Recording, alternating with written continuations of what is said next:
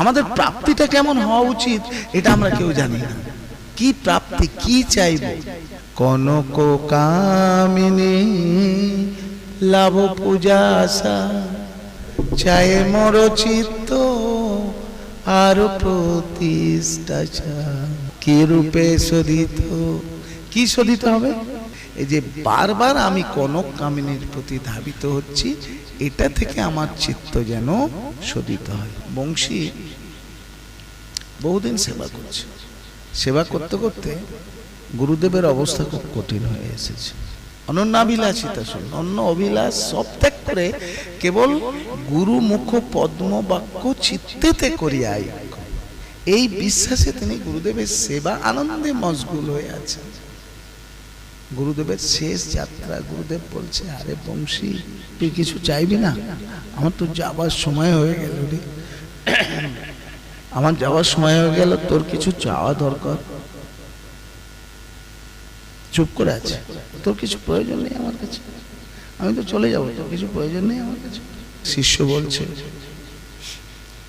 আমি জানি গুরুদেব, আমি যেটা চাইবো সেটা আপনি আমাকে দেবেন না। দেব না মানে আমি বুঝতে পেরেছি আমাকে দেবেন না আপনি, সেটা আপনি যদি বলেন আমি সেটা দেব। কি?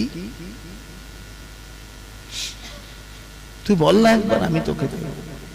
গুরুদেব, আপনি আমার মাথায় হাত দিয়ে বলুন, আপনি যেমন একান্তে নির্জনে বসে বসে হানিতাই বলে আপনার চোখে অশ্রু জলে ভেসে যায়, আমাকে যেন চোখের জলে আমি ভগবানের চরণ সিক্ত করতে পারি।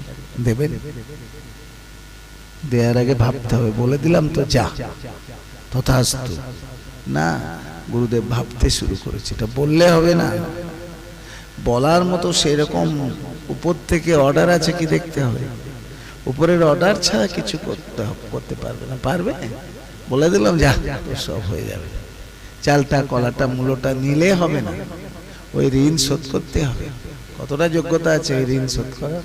তারপরে একটা সময় গুরুদেব বললেন, মাথায় হাত দিয়ে, যা, আমার যা কিছু ছিল সব আমি তোকে দিলাম রে বংশী, তুই আমার সব কিছু নিয়ে আমার আসনটা অলঙ্কৃত করিস। বলে গুরুদেব প্রকট হলেন। সেই থেকে বংশী হাগৌর হানিতাই বলে অশ্রু জলে বক্ষ ভিজিয়ে তিনি কৃষ্ণ কথায় নিজেকে উৎসর্গ করলেন।